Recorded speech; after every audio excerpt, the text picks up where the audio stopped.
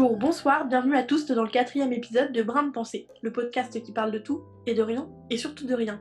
Art, famille, féminisme et questions existentielles seront mis à l'honneur pendant ce moment de partage. Je suis Nora pour vous accompagner. Aujourd'hui, nous allons parler des ombres du quotidien. Et pour cela, je reçois Lucie. Bonjour Lucie. Bonjour Nora. Qu'est-ce que tu fais dans la vie, toi? Raconte-nous. Alors, je suis fleuriste dans la ville de Lorient, dans le Morbihan. Je travaille chez un artisan qui est un fleuriste indépendant. Et le but du métier, c'est qu'on fait des confections, que ça soit événementielle ou bien quotidienne. Est-ce que tu peux nous raconter une journée type de ton travail? Alors, il faut savoir qu'une journée dans notre métier, aucune se ressemble. Une journée en semaine va être plus du nettoyage, du rangement, avec l'accueil de la clientèle, bien sûr. Et une journée en week-end ou pendant les fêtes, ça sera plus de la confection. Vous travaillez pour quel type d'événement, vu que tu parlais d'événementiel? On va travailler pour les mariages, les baptêmes ou les anniversaires tout simplement, ou alors une fête commerciale, que ce soit pour un lancement de projet, voilà, ou même pour des événements un peu moins gais comme les deuils. Vous recevez de la clientèle, c'est quel type de client que vous recevez dans ton travail? Alors principalement là où je travaille, c'est une entreprise qui est là depuis un bon bout de temps sur Lorient. Donc au fil du temps, on a toujours la même clientèle, qui est une clientèle assez âgée, on va pas se le cacher. Mais on peut aussi avoir des clients un peu plus jeunes qui vont être juste là par passage. Ce sera pas des clients qu'on va avoir à l'année par exemple. Quelqu'un qui viendra acheter des fleurs pour l'anniversaire de sa pote, quoi. C'est ça, voilà, une personne qui va venir, qui va passer dans le magasin, bah tiens, si j'achetais des fleurs pour ma mère ou ma grand-mère. Et vous avez quand même des clients réguliers, des gens qui viennent très souvent? On a des clients qui viennent toutes les semaines, voire presque tous les jours. Pour acheter quoi? Alors on va avoir des clients qui vont venir juste pour décorer leur maison, pour acheter un bouquet de fleurs par-ci par-là, pour décorer, pour le bien-être de chez eux. Ou ceux qui aussi, dès qu'ils sont invités, ils vont directement penser à acheter des fleurs pour la personne. C'est cool de pouvoir se permettre de décorer sa maison avec des fleurs fraîches, en vrai. Voilà. Comment ça se passe pour les mariages, justement, et les enterrements? Enfin, j'imagine que c'est pas la même chose, donc explique-nous chaque situation. On va commencer par les mariages.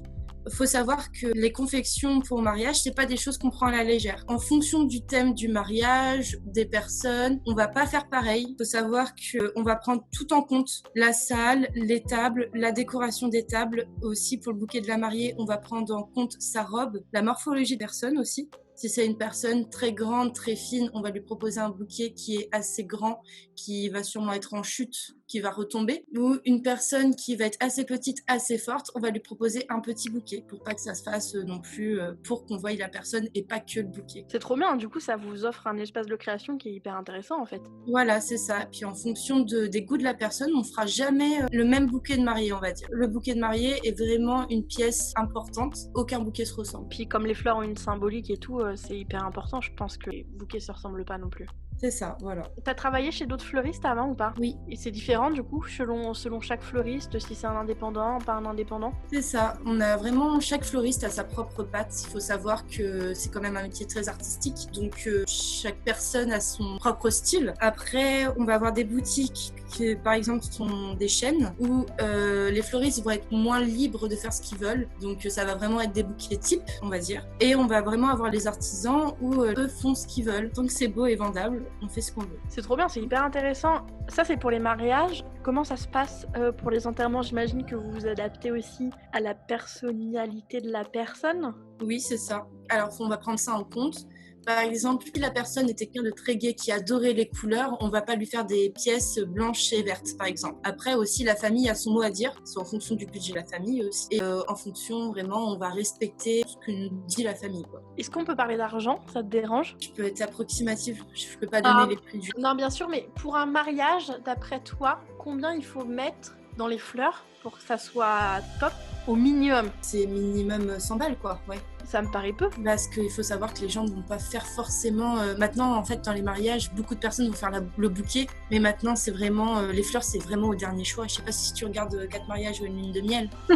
Il faut se dire comme quoi, maintenant, c'est tellement un budget conséquent que les gens préfèrent faire de la déco eux-mêmes, voire faire eux-mêmes leur confection de fleurs. Faire mettre cet argent-là plutôt maintenant dans les buffets, dans la pièce montée, dans la robe que dans les fleurs. Mais moi, je serais incapable. de faire des fleurs comme ça. Ah bah c'est un métier, hein, ça c'est sûr. Et toi, comment t'en es arrivée là? C'est quoi ton parcours? Le parcours a fait que je t'avoue, je ne te cache pas qu'au collège j'ai très médiocre au niveau résultat. Je n'avais pas eu mon brevet, donc je pouvais pas partir en général. Donc j'ai décidé de partir dans un bac professionnel et j'ai toujours été attirée par les fleurs. C'est vraiment quelque chose que j'ai toujours adoré. Les symboles que ça représente. J'ai toujours aimé le jardinage aussi. Donc je me suis décidée de vouloir faire un CAP fleuriste, mais je n'ai pas trouvé de patron. Du coup, je me suis orientée sur le bac pro production horticole, qui a fait que grâce au bac pro, j'ai pu avoir des connaissances plus approfondies dans les fleurs, qui a fait qu'après j'ai pu faire mon CAP en 1 an. Et avec un patron ou en cursus initial? Alors je l'ai fait, alors ça s'appelle un CAP formation adulte. Donc en fait pendant 1 an, on va avoir 15 semaines de stage. On peut très bien faire les 15 semaines dans le même fleuriste, ou alors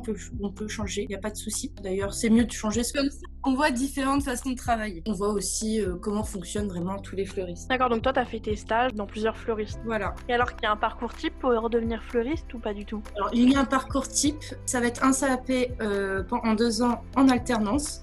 Donc moitié école, moitié chez un patron. Et après, on peut approfondir en faisant un BP, donc un brevet professionnel, qui va être plus poussé, plus technique, qui est aussi en alternance, et qui, grâce à lui, on peut ouvrir sa propre boutique. Trop bien.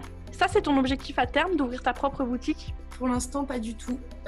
C'est pas peut-être plus tard, dans un futur un peu plus loin. Je préfère plutôt travailler en tant qu'employé, voir vraiment plusieurs boutiques pour avoir plus en plus d'acquis. Après, peut-être plus tard, pourquoi pas, mais c'est pas prévu. T'es passionnée par ton métier, toi? Oui.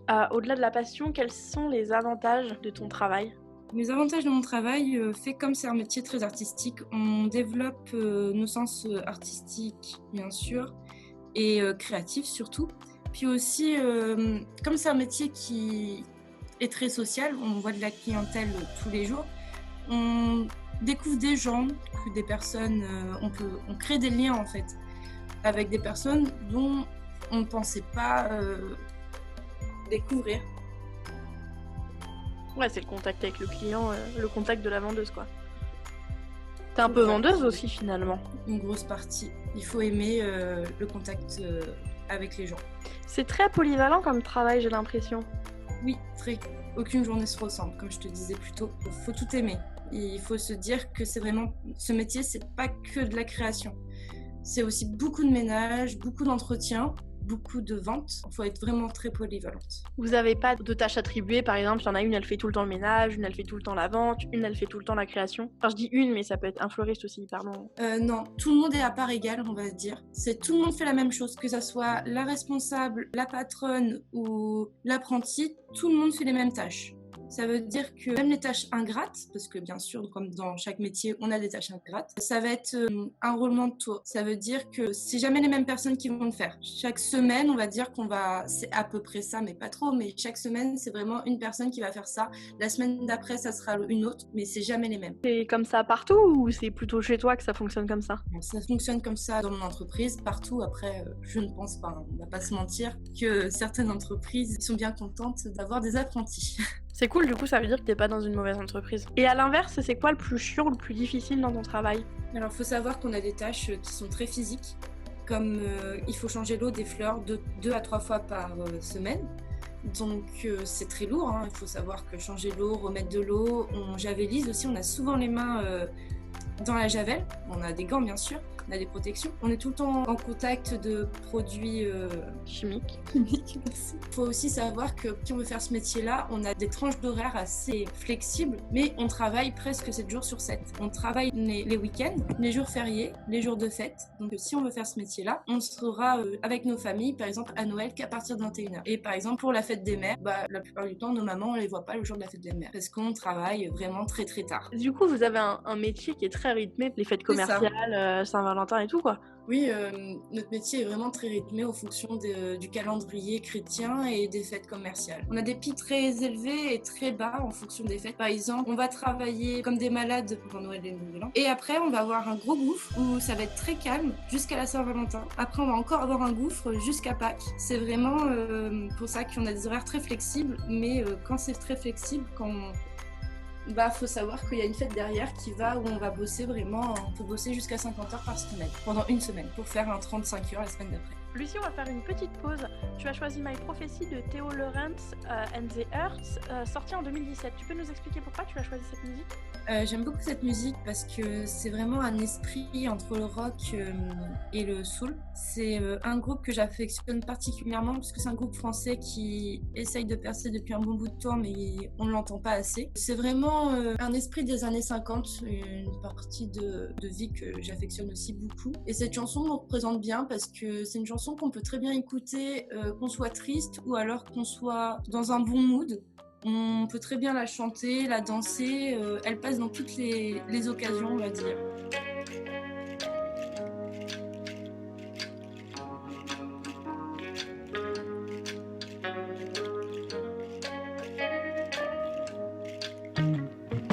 In my yesterdays I went in the vacant light to the gypsy.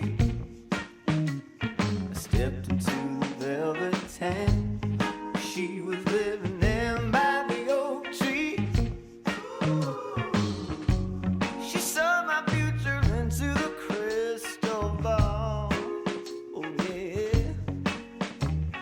In my yesterdays was told my prophecy. Predicting this troubled times, bad harvest and bankruptcy. Blindness for these eyes of mine, sickness for the entire family. She told me someone would come around my blood. Yeah. The very next year I met my majesty, my majesty. She hit the corner by the break of dawn. You got to feel it when the prophecy calls. Believe in what they kept in store. Go see the gypsy if you want some more. The stars align on that day. I want to thank God for astrology. The majesty done came my way. They told me that love wasn't meant to be. When I get to the pearly gates, so I want, yeah. Babe, all I want is be with you, and only you, little darling. A bad dream all came alive. My whole story had been prophesied. The only thing that's turned out fine is when the prophecy has made you mine.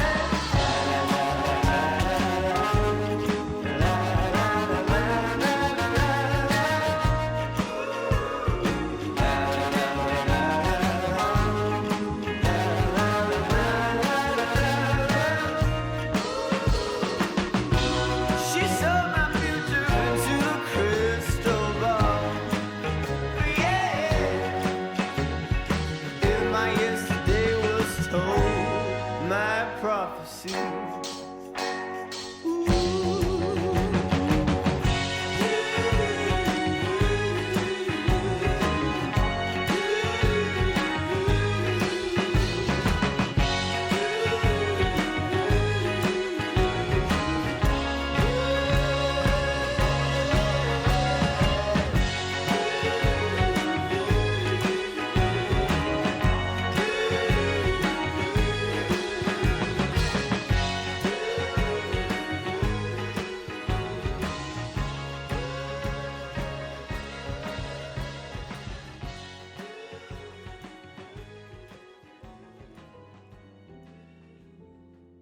On va parler d'un truc un peu plus délicat maintenant. On dit des fleuristes que c'est une activité plutôt polluante à cause de la production intensive de fleurs, qui sont pas forcément des fleurs dites de saison. Qu'est-ce que tu penses de ça ?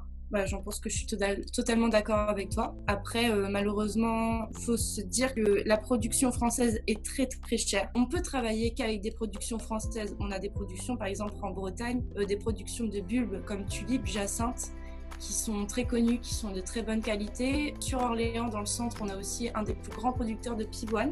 Donc c'est très bien parce que c'est des productions aussi qui sont sans pesticides et qui sont bio. Mais ces fleurs-là, du coup, coûtent bien plus cher qu'une production qui a été faite en Hollande ou en Afrique. Comme je te dis, on peut partir sur une production vraiment locale française, mais ça ne sera pas 5 € la fleur. On va monter à plus 10-15 € la fleur. Il n'y a pas qu'une histoire aussi de production, il y a aussi une histoire de déchets, parce que les fleurs aussi sont très conditionnées dans du plastique. Donc du plastique, on en use vraiment pas mal. Je sais que nous, toutes les fleurs sont en poche en plastique parce qu'on est obligé, parce qu'on a tellement un flux énorme que pour pas qu'elles s'abîment, on est obligé de les mettre dans du plastique. C'est vrai que ça fait assez mal quand on voit tout ça. Il faut savoir que pour contrebalancer du coup cette production de plastique, la plupart du temps, les emballages pour offrir, quand une personne nous demande d'emballer un bouquet ou une plante pour offrir, tout est emballé dans du craft. Donc le craft, en fait, c'est du papier recyclé. On essaye de faire de plus en plus d'efforts avec ce craft, aussi à moins emballer les plantes, et avec le temps tous les fleuristes vont passer à cette méthode là. Je m'étais jamais posé la question, mais comment ça se passe pour l'arrivage de fleurs? Alors chez nous, dans le fleuriste où je travaille, on a 2 commandes de fleurs par semaine. Une en début de semaine, une en fin de semaine. C'est des commandes de fleurs qui sont faites la veille ou l'avant-veille, toujours 2 jours avant. C'est des commandes qui viennent du Pays-Bas. Il y a beaucoup de gâchis de fleurs. Nous, non. On essaye vraiment de travailler en fonction des semaines. Si c'est une semaine où on sait que ça va être calme, on fait pas. On commande le moins de fleurs possible. Il y a des semaines où on aura vraiment très peu de choix en fleurs, mais aussi parce que c'est notre choix. C'est vraiment pour éviter la surconsommation. On travaille souvent en commande. Les clients savent très bien que s'ils veulent des fleurs spécifiques ou autres, ils nous les commandent et on les aura dans la semaine. On évite quand même d'avoir des choix de fleurs trop excentriques ou autres pour éviter le surplus. Ok, et toi, t'es sensible à toutes ces questions du coup d'écologie, etc. Bah oui, totalement. Parce que ça fait mal au cœur de voir autant de plastique utilisé et de savoir que nos fleurs ont certainement été produites par des personnes sous-payées. Et qu'elles sont pleines de pesticides puisqu'elles sont pas aux normes européennes du coup. On sait pas trop comment c'est fait, mais c'est des produits qui coûtent pas trop cher, donc on s'en doute. Ouais, c'est toujours le pareil de baisser la qualité de production pour baisser le prix aussi, quoi. Enfin, Voilà. Partout, c'est pareil pour les légumes, c'est pareil pour les Partout pas, malheureusement. On préfère fermer les yeux sur certaines choses pour vendre plus, moins cher, que d'ouvrir les yeux sur des choses et devoir payer plus cher, quoi. Ça, c'est partout pareil, malheureusement. Oui, puis c'est un choix économique à faire aussi, en vrai. Voilà, oui. Est-ce que tu as une anecdote drôle sur ton travail à nous raconter? Drôle, oui, mais assez bâtarde. C'est ma première Saint-Valentin que j'ai faite. Alors j'étais en CAP. Il faut savoir que du coup on a beaucoup de commandes la veille ou avant-veille. Les gens viennent commander vraiment la veille. Et là c'était un client qui est venu. Il voulait 2 bouquets différents. 2 bouquets à envoyer à 2 adresses différentes. Et il avait préparé des cartes. Et du coup avec mon patron on s'est posé des questions. Mon patron a lu les cartes. Et on avait une carte où c'était... alors je sais plus vraiment ce qui est écrit dessus. Mais c'était Bonne Saint-Valentin ma chérie. Je suis vraiment désolée de pas être là avec toi. Je t'aime. Et on en avait une autre où c'était un message très salace, où il y avait écrit une histoire où c'était sois prête ce soir pour 20h, je viens de chercher un truc comme ça. Et ce qu'a fait du coup mon patron, et il a inversé les cartes. Ah, c'est pas rigolo par contre, mais c'est hyper drôle. C'était, sur le coup, on a bien rigolé. Après, quand tu y repenses, c'est vraiment très bâtard parce que il y en a 2 voire 3 qui ont dû prendre cher du coup ce soir-là. Ça a dû être une soirée compliquée pour eux. Mais on n'a pas eu les retours. Oui, mais je pense qu'il reviendra pas là-bas.